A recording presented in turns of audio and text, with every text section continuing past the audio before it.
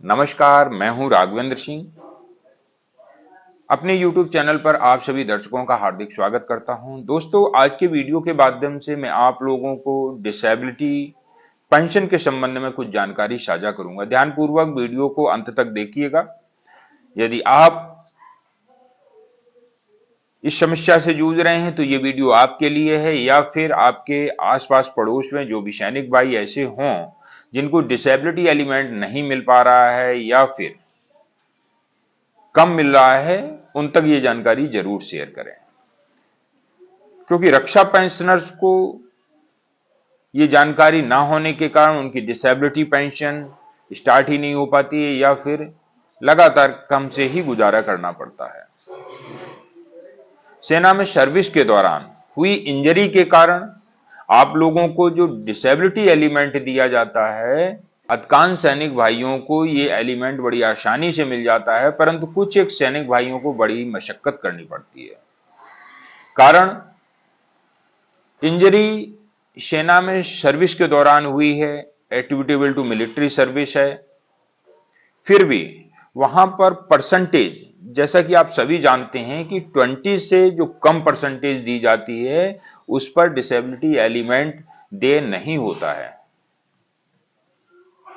Minimum जो percentage है वो 20 होना चाहिए या 20 से ऊपर होना चाहिए।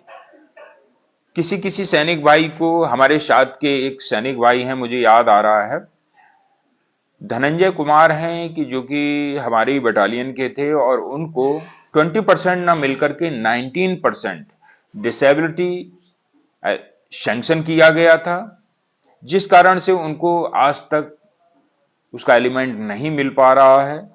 मात्र 1% डाउन होने की वजह से उनको, जबकि ये इंजरी या बीमारी उनकी सेना में रहते हुए या ऑन ड्यूटी हुई है, ऐसी कंडीशन में भी उनको इसका लाभ नहीं मिल पा रहा है। वहीं पर दूसरे सैनिक भाई ऐसे भी हैं, हवलदार जी हैं जिन्होंने 22 साल सर्विस किया हुआ है और इनको रिटायरमेंट दे दिया गया है। लिया नहीं इन्होंने, इनको रिटायरमेंट दे दिया गया है। किसके द्वारा? बटालियन कमांडर यानी कि सीओ के द्वारा।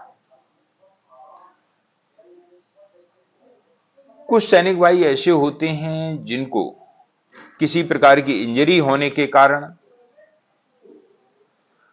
बटालियन में उनको सर्विस कराने के लिए शेल्टर अपॉइंटमेंट दे दिया जाता है, परंतु जब हमारी बटालियन एल्टीट्यूड या फिर फील्ड में जाती है, उस समय अधिक कैटेगरी पर्सन बटालियन लेके कैरी नहीं कर सकती है, कारण उनको भी अपनी ड्यूटियां पूरी करनी है। कुछ एक होते हैं तो उनको तो शेल्टर अपॉइंटमेंट देकर के नौकरी कराई जा सकती है, परंतु आवश्यकता से अधिक यदि एलएमसी पर्सन हो गए तो ऐसी कंडीशन में बटालियन की जो ड्यूटियां होती हैं वो बाधित होती हैं। तब बटालियन कमांडर के द्वारा, सीओ के द्वारा आपको एक शोकेस नोटिस जारी किया जाता है, या तो अपनी आप रिकैट करा करके जो कैटेगरी है वो अप करवा लीजिएगा। जैसे कि किसी का टेम्परेरी कैटेगरी है तो उसको आप हटवा लीजिएगा, तभी आप सर्विस कर पाएंगे, या फिर आप घर चले जाइएगा।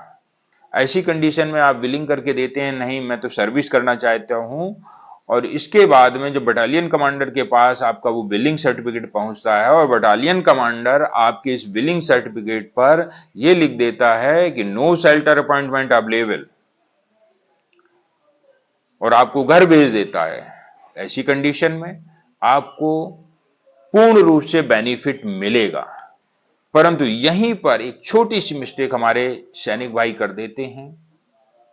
जब उनको यूनिट के द्वारा दबाव बनता है तो वो खुद ही प्रीमेचर लिख करके घर आ जाते हैं, तब उनको इस डिसेबिलिटी एलिमेंट का बेनिफिट नहीं मिल पाता है। ध्यान रखिएगा, आप अपनी तरफ से अनविलिंग बिल्कुल भी मत करिएगा। आप अपनी तरफ से अनविलिंग नहीं करेंगे, विलिंग करेंगे, जब ये विलिंग आपके कमांडिंग ऑफिसर के पास पहुंचेगा, यदि शेल्टर अपॉइंटमेंट अवेलेबल होगा तो आपको मिल जाएगा, और यदि नहीं होगा तो आपको इनवैलिड पेंशन आउट करके डिस्चार्ज कर दिया जाएगा। ऐसी कंडीशन में इसके पूरे पूरे लाभ आपको मिल पाएंगे। वहीं पर एक केस ऐसा भी आया है कि 20% से नीचे यानी कि 5% रिकमेंड किया गया था। जैसा कि थोड़ी देर पहले मैंने आपको बताया कि 20 से नीचे होने पर यानी 19 भी होता है तो भी इसका लाभ नहीं मिलता है। परंतु यदि बटालियन कमांडर के द्वारा no shelter appointment available discharge होने के कारण में लिखता है, बटालियन कमांडर के द्वारा आपको घर भेजा जाता है, ऐसे में आपको इनवैलिड आउट माना जाता है। इनवैलिड आउट मिनिमम 20% होता है। 20% से यदि कम दिया है तो भी उसे 20% ही माना जाएगा। एक हवलदार जी हैं जिन्होंने 22 साल सर्विस को किया हुआ है और 22 साल के बाद में इनको बटालियन कमांडर के द्वारा डिस्चार्ज दे दिया गया, घर भेज दिया गया। इनको 5% जो परसेंटेज है वो दी गई थी बीमारी में, परंतु ये 5% नहीं माना जाएगा, इसे 20% माना जाएगा, और 20% के हिसाब से राउंडेड ऑफ होकर के वो 50% हो जाता है, और इसके जितने भी बेनिफिट है उनको मिल रहे हैं। तो पुनः उन सैनिक भाइयों तक शेयर करिएगा जो कैटेगरी हैं ऑन ड्यूटी पर, उनको किसी प्रकार की इंजरी हुई है, वो अनविलिंग बिल्कुल भी ना करें। जब तक हो तब तक लगातार सर्विस करते रहें, अपनी तरफ से अनविलिंग बिल्कुल ना करें। उसके बाद में बटालियन कमांडर आपको नौकरी करवाना चाहते हैं या नहीं करवाना चाहते हैं वो उन पर डिपेंड करता है। लेकिन आप ये मत कहिएगा कि मुझे अब नौकरी नहीं करनी है, मुझे अब घर जाना है, या मैं डिस्चार्ज लिखकर घर जा रहा हूं। ऐसी कंडीशन में आपको बेनिफिट नहीं मिल पाएगा। किसी अन्य प्रकार की यदि आपको समस्या है तो मुझे व्हाट्सएप कर सकते हैं। हमारे चैनल को ज्वाइन करिएगा, सब्सक्राइब करिएगा, कमेंट्स करिएगा और अन्य सैनिक भाइयों तक शेयर करिएगा जो इस परेशानी से जूझ रहे हैं। हाँ, यहां पर एक इंपॉर्टेंट बात और बताना चाहता हूं। नो शेल्टर अपॉइंटमेंट का रीजन यदि आपके डिस्चार्ज के कारण में लिखा जाता है और बटालियन कमांडर के द्वारा आपको घर भेजा जाता है, यदि आपको वहां पर मेडिकल अथॉरिटी के द्वारा 5% या 10% जो भी परसेंटेज मिला है